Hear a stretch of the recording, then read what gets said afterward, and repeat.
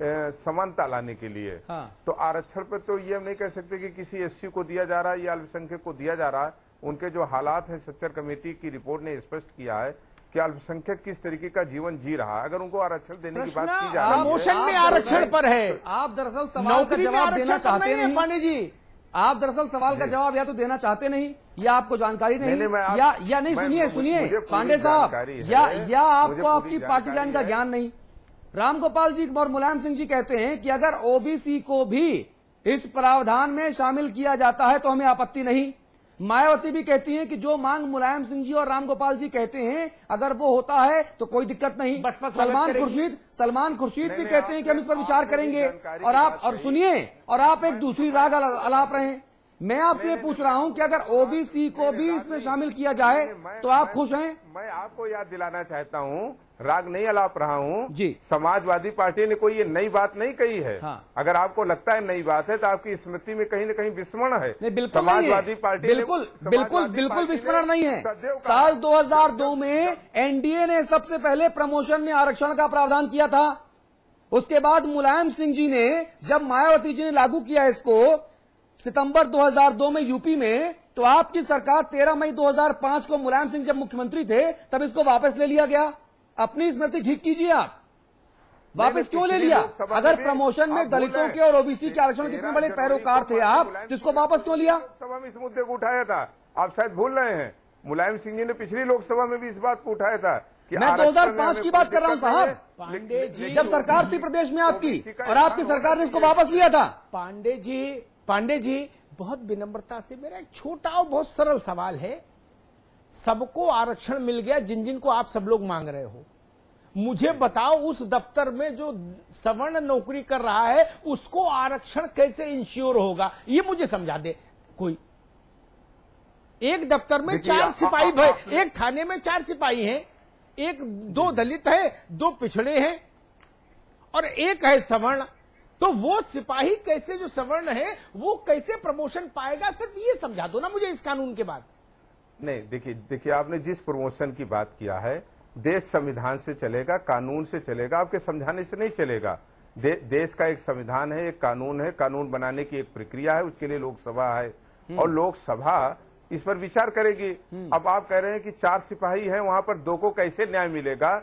हम आपको ऐसी जगह बताएं जहां 15 लोग हैं और वहां कोई दूसरा एससी-बीसी है ही नहीं है। एससी-बीसी नौकरी नहीं करेगा, एससी-बीसी जिंदा नहीं रहेगा, एससी-बीसी को समानता पे नहीं लाया जाएगा। आपने चूंकि समतामूलक समाज की बात कही ना, इसलिए मैंने समता का सवाल उठाया। चलिए, समतामूलक समाज की बात की, इसलिए दो बयान। पांडे साहब आपकी बात समझ में आ गई। जिस समता की आप बात कर रहे हैं, दरअसल वो समता का समाधान इस पूरी चर्चा में कहीं नजर ही नहीं और आया। आप मुझे समझा रहे हैं कानून से चलेगा शासन। कानून ने क्या कहा? आपने पढ़ा सुप्रीम कोर्ट का नागराजन का फैसला, नागराजन केस में? नहीं पढ़ा। सुप्रीम कोर्ट के आदेश का सबसे पहले किसी ने पालन किया तो उत्तर प्रदेश सरकार ने अरे भाई साहब, आपने पढ़ा नहीं, डिसीजन नहीं पढ़ा। मुश्किल तो ये है, देखिए आपने निर्णय नहीं पढ़ा नागराजन केस में, इसलिए उसके जो फाइन ट्यून्स है उस पर आप बहस कैसे कर सकते हैं जब आपने उसको पढ़ा नहीं? उनकी कुछ फाइंडिंग हमने देखी है, जो दिया है पूरा तो मैंने नहीं पढ़ा है, उनकी कुछ फाइंडिंग मैंने पढ़ी है और देखी है, और ये जानता हूं कि उत्तर प्रदेश सरकार ने उस पर अमल किया उसी आदेश के तहत। आप जो बात कह रहे हैं वो आपके हिसाब से सही हो सकती है, लेकिन कहीं ना कहीं समता मूलक में सिर्फ समता का ही अभाव नजर आ रहा है। सारी पार्टियों के लिए वोट बैंक नजर आ रहा है, सारी पार्टियां अपना ढपली अपनी राग अलाप रहे हैं, लेकिन यहां पर उस समता मूलक सवाल में सिर्फ समता और समानता का ही लोप होता नजर आ रहा है। पीएल पुनिया साहब क्या कहते हैं और रामविलास पासवान साहब, वो आपको सुना देते हैं। अधिकारियों के लिए शुरू से था, इंदिरा साहनी केस की वजह से कुछ अड़चन पैदा हुई और बाद में संविधान में संशोधन करके पार्लियामेंट ने उन अधिकारों को दिया।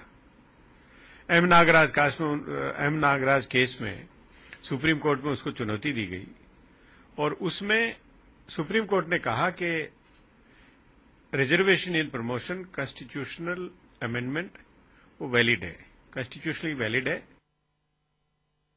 और हम ये चाहते हैं कि इसको पार्लियामेंट में लावें और वहां भी पास क्या करते हैं कराने का काम करें। सर्वदलीय बैठक जो हुई थी उसमें जो हमारा भूमिका था वो हमने जो हम भूमिका होना चाहिए उसको हमने निभाने का काम किया था और उसका नतीजा हुआ कि सारी की सारी पार्टी का एक आम सहमति बनी। कुछ लोग अभी भी कुछ एक पार्टी हैं जो समाजवादी पार्टी हैं, उनको है, मैं उनसे भी आग्रह करूंगा कि ये लोग समाजवादी आंदोलन में रहे हैं और ये शेड्यूल कास्ट शेड्यूल ट्राइब्स का जो प्रमोशन का रिजर्वेशन का बिल है उसको क्या कहते हैं कि संविधान संशोधन को पास करावें। चलिए, चर्चा के इस आखिरी पड़ाव में हम आ चुके हैं। कटारी साहब, आपके पास मैं सबसे पहले आना चाहूंगा। मुझे यहां पर ये बताइए, एक के बाद एक सभी पार्टियां वो कमर कसकर खड़ी हुई हैं, केवल समाजवादी पार्टी सैद्धांतिक तौर पर विरोध में नजर आ रही है। ऐसे में चाहे लोकसभा हो चाहे राज्यसभा हो, जो संख्या बल है वो इस विधेयक, इस प्रावधान को कानून बनाने के लिए उसके पक्ष में जाएगा। चाहे प्रदेशों की बात करें, विधानसभाओं की बात करें, लोकसभा की बात करें, राज्यसभा की बात करें, ऐसे में आपका विरोध कहां तक रंग लाएगा? नहीं, अगर एक पार्टी भी जो सरकार की साझेदारी है, जो सरकार को बाहर से समर्थन दे रही है, ये पार्टी भी अगर विरोध में उतरती है तो सरकार का इसको पास कराना बड़ा मुश्किल हो जाएगा। लेकिन अगर कंडारी जी, संख्या बल नहीं है कि सरकार को खतरा पैदा कर सकें। कंडारी जी, ऐसा नहीं है। मैं आपको एक छोटी सी बात बता दूं कंडारी जी, बीजेपी और कांग्रेस, कंडारी जी, बीजेपी और कांग्रेस और लेफ्ट, तीन लोग अगर एक साथ हो जाएं पूरा हो जाता तो 2/3 मेजोरिटी से ज्यादा मेजोरिटी हो जाती है आज हाउस में, चाहे लोकसभा हो चाहे राज्यसभा हो। इसलिए संख्या पर कहीं कोई दिक्कत नहीं है जी। कंडारी साहब कुछ कहेंगे? आवाज लगता नहीं पहुंच पा रही है। अवधेश वर्मा जी, आपके पास मैं आऊं, लेकिन उससे पहले जी मैं प्रभा जी के पास जाना चाहूंगा। प्रभा जी, दिल्ली वैसे बहुत दूर है, लेकिन अगर सुप्रीम कोर्ट आपके इस कानून की समीक्षा करता है जैसा कि उसे करना चाहिए, और अभी से कानून के जानकार कहते हैं कि जी कानून की समीक्षा होगी, अगर ऐसी होती है और संविधान की मूल भावना के विपरीत इस कानून को पाता है सुप्रीम कोर्ट, तब क्या सरकार की किरकिरी नहीं होगी फिर आने वाले दिनों में, प्रक्रिया के तौर पर, नैतिकता के तौर पर, समाज के तौर पर? प्रभा जी, तो पूरी पार्टी की क्यों किरकिरी होगी? उन सभी विपक्षी दल नहीं, उन विपक्षी दलों की उनकी किरकिरी होगी जो ये विधेयक पारित नहीं करने देना चाहते थे। वो चाहते ही नहीं थे कि सदन में रखा जाए। अरे और ये प्रावधान आप पारित कराएंगे और जो विरोध कर रहे हैं उनकी किरकिरी कैसे होगी? उन्होंने संसद ही जाम कर रखी थी।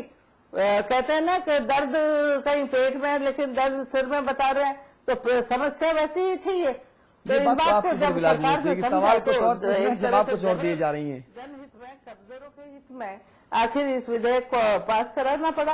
अब सभी से बाद में अगर कौन इसके संविधान में संशोधन भी करना पड़ा, हाँ। तो मेरे ख्याल है सभी पार्टियां इसका समर्थन करेंगी, चाहे वो और भी अपनी कोई मांग इसमें कर सकती हैं कि भाई आर्थिक दृष्टि से भी जो पिछड़े हुए हैं या ओबीसी की दृष्टि से जो पिछड़े हैं, क्लियर बात नहीं हो रही है। चलिए, माफी, वक्त खत्म हो रहा है, आपको बीच में रोकना पड़ेगा। मैं चलूंगा, लखनऊ चलूंगा। अवधेश वर्मा जी, आपके पास आऊंगा। मुझे बताइए, चर्चा करते करते खांसी भी आ रही है, इतनी सारी बातें हो गई, इतने सारे एंगल तलाश लिए, लेकिन अभी भी जो है आप लोग उसी मार्ग पर अड़े हुए हैं। बाकी जरूरत है क्या इसकी? देखिए, जहां तक अमिताभ जी ने जो सवाल पूछा, वो सवाल ये पूछा कि भाई साहब सबको आरक्षण दे दिया, तो जो इस देश में अब इक्का दुक्का बेचारे सवर्ण हैं, उनका पुरसा हल कौन? मैं अभी एक चीज आपको बताना चाहूंगा। अभी चर्चा में समानता की बात आई, मैं एक आपके पूरे केंद्रीय सेक्टर पे एक आपको बताना चाहूंगा। हाँ। अभी शिक्षा के क्षेत्र में जो केंद्रीय विश्वविद्यालय है, आरटीआई में एक वो निकाला गया कि 2500 जो शिक्षक के पद एससी कैटेगरी के हैं, उसमें कितने पद भरे हैं, तो 1800 पद खाली हैं, और 930 जो एसटी के हैं वर्तमान में, उसमें 730 पद खाली हैं। ये सवाल है, कहां समानता चली गई? जो समानता के ठेकेदार जो कहते हैं कि ये लोग बड़े आगे गए, ये क्यों नहीं किया जा रहा है? और जहां तक सवाल है, जो लोग ये कह रहे हैं कि इसमें राजनीति हो रही है, वास्तव में एम नागराज के केस में आप देखिए, बिहार गवर्नमेंट ने एम नागराज केस में समीक्षा उपरांत वहां पे कमेटी बना के किया और वहां पे पड़ामी जैसा और पदोन्नतियों में आरक्षण दोनों दे दिया। तो मैं ये कहना चाहूंगा, हमारी उत्तर प्रदेश सरकार से भी मैं निवेदन करना चाहूंगा। अरे योग्यतम की उत्तरजीविता नाम का एक सिद्धांत, डार्विन का सिद्धांत है, सर्वाइवल ऑफ द फिटेस्ट। आप उस पर यकीन क्यों नहीं करते? आरक्षण इस देश में किसी का जन्मसिद्ध अधिकार कतई नहीं था। आरक्षण एक संरक्षण है, समानता जी, पर अगर आप उसको कहते हैं जन्मसिद्ध अधिकार न कहें और न माने। मैं कह रहा हूं कि अगर आप खुद बताइए कि केंद्रीय सेक्टर के जो विश्वविद्यालय उसमें शिक्षक के 2500 पद हैं। मैं आपको सिर्फ एक लाइन कह रहा हूं, आरक्षण को जन्मसिद्ध अधिकार कृपया न माना जाए। आरक्षण एक संरक्षण है जो समाज में दबे कुचले लोग हैं उनके अधिकारों के लिए। ये अब मैं पूछ तो रहा हूं कि वो दबे कुचले लोगों की जो बात कर रहे हैं, केंद्रीय सेक्टर में विश्वविद्यालयों में 2500 पद में से 1800 पद खाली हैं, इसको भरने के लिए कौन सा कानून लाया जाएगा? अरे भाई, तो योग्यता भी तो होनी चाहिए ना। एक डॉक्टर के लिए उसको ऑपरेशन करना तो आना चाहिए ना। आप किसी भी अरे गहरे को जिसको न्यूनतम योग्यता भी नहीं है उसको कैंची लेके डॉक्टर बना दीजिएगा। मैं आपको बताना चाहूंगा कि एमबीबीएस की डिग्री 5 साल में शेड्यूल कास्ट का भी आदमी लेता है और जनरल का भी। मैं इसीलिए कह रहा हूं ना कि आप कंपटीशन में नंबरों में इतना अंतर है, आप क्यों उस व्यक्ति को वहां फिट करना चाहते हैं? आप उसको किताबें दीजिए, आप उसको फॉर्म का पैसा निःशुल्क दीजिए, आप उसे अच्छी शिक्षा दीजिए। आप नौकरी में प्रमोशन क्यों देते हैं भाई? अच्छा काम करेगा खुद आगे बढ़ेगा, इसमें क्या दिक्कत है? प्रमोशन इसलिए देते हैं कि समानता के अधिकार के तहत उनके साथ न्याय नहीं होता। तो भाई आप अच्छा काम करेंगे आगे बढ़ेंगे, आप काम ही नहीं करेंगे और हाथ पे हाथ धर के बैठेंगे और बोलेंगे प्रमोशन चाहिए चूंकि हम दलित हैं। ये समानता मूलक समाज का सिद्धांत नहीं है।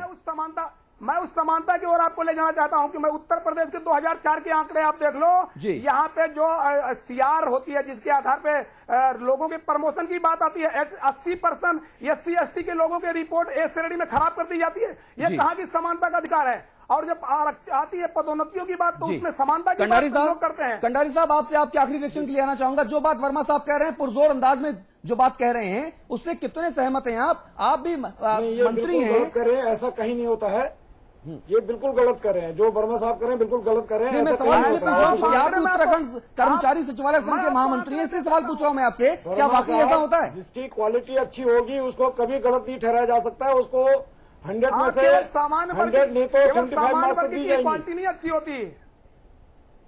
वर्मा साहब, आप ये बताइए, जो शैक्षणिक विद्यालय में आप जो कह रहे हैं पद खाली हैं, ये पद क्यों नहीं भरे जा रहे हैं? इसलिए नहीं भरे जा रहे कि गुणवत्तापूर्वक आदमी नहीं मिल पा रहा है उनको, जो पद खाली है। इसीलिए नहीं भरे जा रहे हैं कि आरक्षण में जो केंद्रीय कानून बने हैं नहीं, इसलिए नहीं भरे जा रहे हैं कि गुणवत्तापूर्वक नहीं मिलता आरक्षण। चलिए, आप सभी लोगों से माफी। इस शो का वक्त खत्म हो चुका है। अमिताभ जी, आपकी संपादकीय टिप्पणी। देखिए, एक मैं 2-3 चीजों पर छोटे छोटे क्लियरिफिकेशन दूंगा जल्दी। अब बाबा साहब ने संविधान सभा में जब आरक्षण पर चर्चा हो रही थी तो उन्होंने इसको साफ किया था कि अधिकार नहीं है। पहली चीज तो ये समझे, ठीक, समानता का प्रयास है सरकार और समाज की ओर से। एक दूसरी बात, ये जो अवधेश भाई ने कही, मैं उनको एक क्लियरिफिकेशन देना चाहूंगा, शायद कहीं भ्रम हो गया। यह विषय था प्रमोशन में आरक्षण, नौकरी में आरक्षण पर तो विवाद नहीं। वो इस देश के मानस ने स्वीकार किया, अवधेश वर्मा जी की पैरोकारी के बिना भी स्वीकार किया।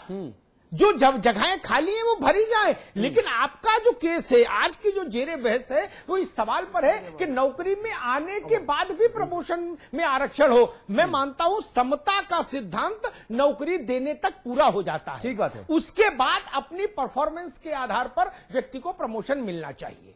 जी, चलिए, आप सभी खास मेहमानों का बहुत शुक्रिया। अमिताभ जी बहुत धन्यवाद आपका, अवधेश जी बहुत शुक्रिया आपका, मनोज पांडे धन्यवाद, बाकुनी साहब, कंडारी साहब और प्रभा जी आपका विशेष शुक्रिया। हालांकि आपने हमारे सवालों का कोई भी जवाब सीधे तौर पे नहीं दिया, लेकिन शुक्रिया आपका। उम्मीद करते हैं कि जब दोबारा चर्चा करेंगे प्रभा जी आपसे, तो आप हमारे सवालों का सीधा और सटीक जवाब देंगी। आपके अपने चैनल समाचार प्लस पर खबरों का सिलसिला लगातार जारी है। नमस्कार।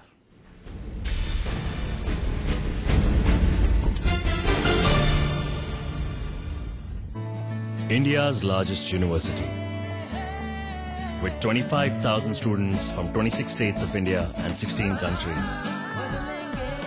25 international tie-ups, placements in 300 corporates, hostel facility for 15,000 students, ranked amongst the top universities of India, 600-acre campus, lovely professional university, transforming education, transforming India.